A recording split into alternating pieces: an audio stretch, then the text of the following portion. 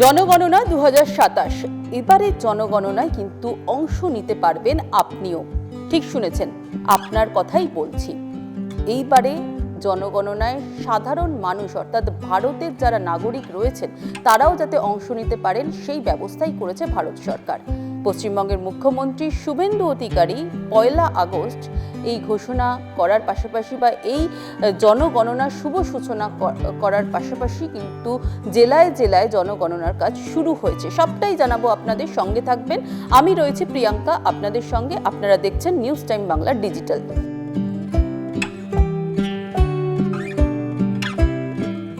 আজকে মুখ্যমন্ত্রী শুভেন্দু অধিকারী তিনি যখন শুভ সূচনা করলেন এই জনগণনার, পাশাপাশি কিন্তু মুখ্যমন্ত্রীর নিজের বাড়ি অর্থাৎ পূর্ব মেদিনীপুরেও তার নিজের বাড়ি অর্থাৎ তার কাঁথিতে তিনি যেখানে থাকেন তার নিজের বাসভবন, সেখানে তার বাবা অর্থাৎ বর্ষীয়ান নেতা তথা কেন্দ্রীয় মন্ত্রী একসময়ের শিশির অধিকারী তার হাত ধরে তার বাড়ি থেকেই বলা যেতে পারে এই জনগণনার কাজ শুরু হলো, শুভ সূচনা হলো বলা যেতে পারে, বা ভালো বলা যায়।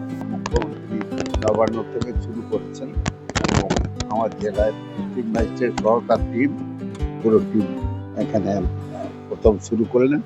আমাদের সুন্দরবন উন্নয়ন মন্ত্রী আছেন, আমাদের পরে মন্ত্রী সেচ দপ্তরের মন্ত্রী আছেন, এরা সমস্ত খবর আমরা বসছিলাম কথা বলছিলাম, এই সময় এসেছেন এরা সব। এটা এইখান থেকে শুরু করবে।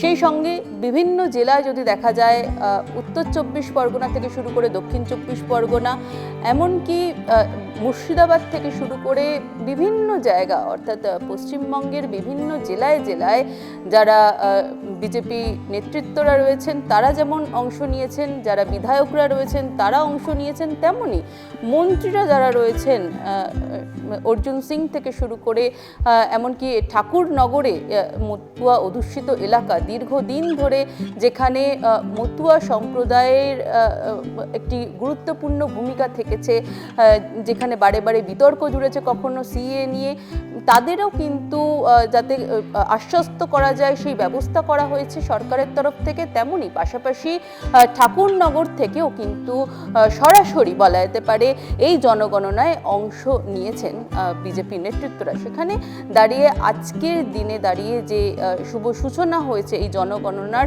সেই জনগণনার কার্যক্রম চলবে আগামী 15ই আগস্ট পর্যন্ত, যেখানে সাধারণ মানুষ, আমি, আপনি, আপনার পরিবার সবাই কিন্তু অংশ নিতে পারবেন অনলাইনে, এবং অনলাইনে নিজের নাম, যা যা নথি চাওয়া হয়েছে সেই তথ্য নথি দিয়ে সবটা কিন্তু আপনি সাবমিট করতে পারবেন। আপনি নিজেই নিজের নাম নথিভুক্ত করতে পারবেন। তারপর কি হবে? তারপর সেটা অবশ্যই নথিভুক্ত হওয়ার পর যাচাই হবে ঠিকই, তবে আপনার বাড়িতে যারা যারা এই গণনার সঙ্গে যুক্ত আধিকারিকরা রয়েছেন তারা বাড়ি বাড়ি অবশ্যই যাবে। বিভিন্ন জেলায় যেমন যাবেন তেমনই কিন্তু আপনার জেলায় পৌঁছে যাবে সেই সরকারি আধিকারিক যারা এই জনগণনার কাজে যুক্ত, তারা পৌঁছে গিয়ে আপনার থেকে সশরীরেই নাম নথিভুক্ত সবটাই করবে, নাম সহ যা যা প্রশ্ন জিজ্ঞাসা করার সেটা করবে অবশ্যই। পাশাপাশি যদি আপনি এই 1 থেকে 15ই আগস্টের মধ্যে নাম নথিভুক্ত করে থাকেন নিজে নিজে, অর্থাৎ নিজেই নিজের নাম যদি ডিজিটালি আপনি অনলাইনে নথিভুক্ত করে থাকেন, সেক্ষেত্রে আপনার যে নাম্বার সেই নাম্বার আপনার থেকে নেওয়া হবে। অর্থাৎ সবটাই কিন্তু এবার ডিজিটালের উপর যেমন জোর দেওয়া হচ্ছে, তেমনই পাশাপাশি সরকারি আধিকারিকরা যারা রয়েছেন এই সেন্সাসের কাজে যুক্ত তারাও আপনার বাড়িতে গিয়ে 1 মাস ধরে এই প্রক্রিয়া চলবে সমস্ত নথি নেওয়ার। এই কারণ দীর্ঘদিন কিন্তু এই জনগণনার কাজ হয়নি পশ্চিমবাংলায়। শেষ জনগণনা হয়েছিল 2011 সালে এবং বিভিন্ন কারণে এই জনগণনার কাজ বন্ধ ছিল।